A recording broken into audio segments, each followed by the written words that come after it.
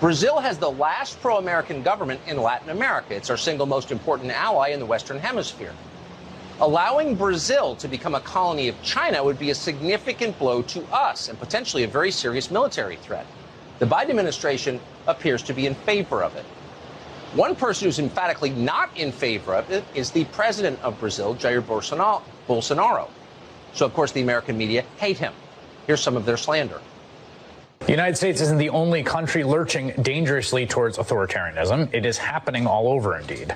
Just yesterday, for example, Brazilians elected Jair Bolsonaro. Usually you don't get rid of an aspiring dictator through the electoral process. Brazil is going to have trouble with Bolsonaro. It's that same authoritarian, like, women-hating, racist energy. He's the Trump of Brazil. President Bolsonaro doesn't believe in social distancing, doesn't want lockdowns, much more extreme than President Trump. Brazil's far-right nationalist president Jair Bolsonaro spoke at an event in Dallas.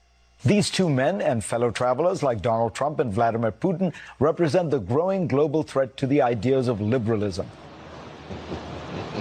These are people whose research consists of 3 minutes on Wikipedia on the way to the studio. He's a racist! Of course he is. He, quote, doesn't want lockdowns. There's your proof. But it is the last clip from plagiarist Fareed Zakaria that explains why they're so mad at Bolsonaro. Bolsonaro, Fareed Zakaria tells us, represents a, quote, growing global threat to the ideas of liberalism. Liberalism, meaning neoliberalism, meaning globalism. And in fact, that is true. Bolsonaro is no Justin Trudeau. He's not a low-IQ fascist who'd be working as an Instagram influencer if he doesn't have his own army. He's not the president of Ukraine, who shuts down television stations that dare to criticize him and outlaws opposition parties and arms Nazis.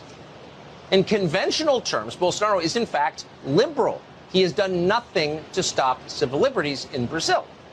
But at the same time, he is a nationalist. He cares about his country. He resists China. Therefore, he must be stopped. George Soros hates him, and so does Joe Biden. He's not with the program. So naturally, we wanted to meet him. Yesterday, we did. We sat with Bolsonaro for more than an hour.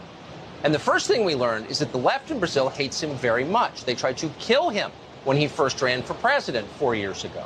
With very little money and the backing of no party, he came out of nowhere to get 57 million votes. But he almost didn't survive to be elected. He was stabbed by a leftist almost to death at a rally, at which point the left funded lawyers to come in and rescue his attempted murderer. An amazing story that hasn't gotten a ton of coverage in the United States. He's an authoritarian, says MSNBC.